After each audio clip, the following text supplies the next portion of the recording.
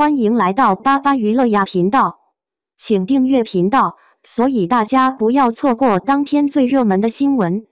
我们今天的时事通讯包括以下内容：2025影视圈开年大战，徐克肖战新作 vs 杨紫李现热剧。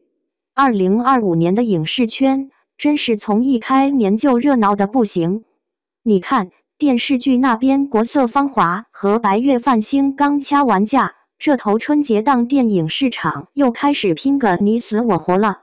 杨紫拉着李现穿戏服上热搜的余温还没散去，各路明星和大导已经磨刀霍霍奔着电影院去了。今年这阵势，用一句话总结就是神仙打架，我们吃瓜。说到春节档，那可是娱乐圈一年里最重要的战场之一。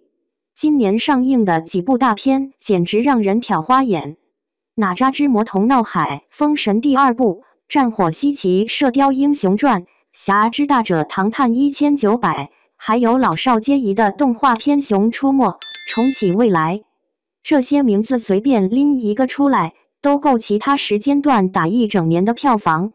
要么是口碑爆款续集，要么就是重量级导演操刀的大制作。像徐克这种拍武侠片能吊打半个娱乐圈的大佬，今年也亲自下场。这些影片扎堆在一起，无论粉丝还是普通观众都免不了来一句：钱包准备好了，你们尽管卷。其中最抢眼的是徐克执导的新作《射雕英雄传：侠之大者》。这次他找来了顶流肖战担纲主演，还直接给他安排了 C 位宣传海报。这态度明摆着谁红捧谁骂。不过话说回来，人家肖战确实有这个资本。就在前2天的颁奖礼上，他拿下了年度影响力演员荣誉，与赵丽颖、汤唯、黄晓明这些业界资深演员站在一起，也毫不逊色。这事儿可不是吹牛，有张艺谋这样的国师亲自给颁奖，就问你含金量够不够。更有意思的是，当时徐克讲话的时候，因为现场粉丝太过激动，全程尖叫停不下来，搞得他说了一句让肖战帮忙安抚一下大家，哄哄你的宝贝们。他的语气既无奈又带点宠溺，一下子把全场逗笑了。这小插曲虽然只是短短几秒钟，却透出了不少信息。一方面说明徐克对肖战是真的认可，不然怎么会主动 cue 他。另一方面也可以看出，两人的合作确实吸引力十足，让观众光听见名字就忍不住期待。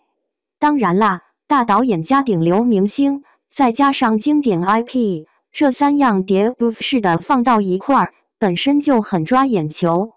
但问题来了，这么大的关注度，到底能不能换成票房呢？毕竟去年我们也见过不少噱头满分却扑街收尾的例子。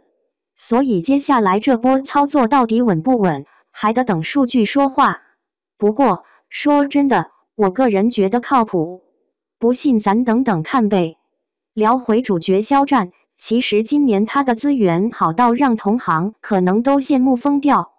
他手里的项目质量妥妥在线，一个跟徐克拍武侠，一个跟郑晓龙合体打造新剧《藏海传》，电影电视双线发展。看起来风生水起啊！而且别忘了，他不仅仅靠脸吃饭，在演技上也是一步步进阶型选手。从早期的小成本网剧，到如今扛起商业大片男主的位置，不知有人是不是该重新定义偶像派的标签？而提到春节档之外，其实电视剧领域同样硝烟弥漫。国色芳华和白月繁星的正面对决，把原本平淡无奇的1季度搅成了一锅沸腾麻辣烫。据说2家团队为了争夺收视率，可谓招数用尽。尤其杨紫和李现穿戏服牵手互动的照片被刷屏后，瞬间登顶微博热搜榜。有网友评论：磕 CP 喝这么爽，还有什么理由不给他们贡献收视？不得不佩服，如今宣传套路越来越懂年轻人胃口。至于未来整个娱乐市场会怎么走，目前看来竞争只会更加惨烈。一方面是技术升级，比如特效制作水平提升，对视觉体验提出更高要求；另一方面，则是内容创意不断内卷，从剧情设定到人物塑造，没有点独门绝技根本混不开。当然喽，对于我们普通观众来说，这种良性竞争未必是什么坏事，作品越优秀，我们看的乐趣越多，不是吗？总而言之吧，今年初中国影视行业这一波操作算是秀到了天花板。从台前幕后的人物关系，到荧幕上下的话题发酵，再到各方力量共同推动产业发展，每一步都显得环环相扣。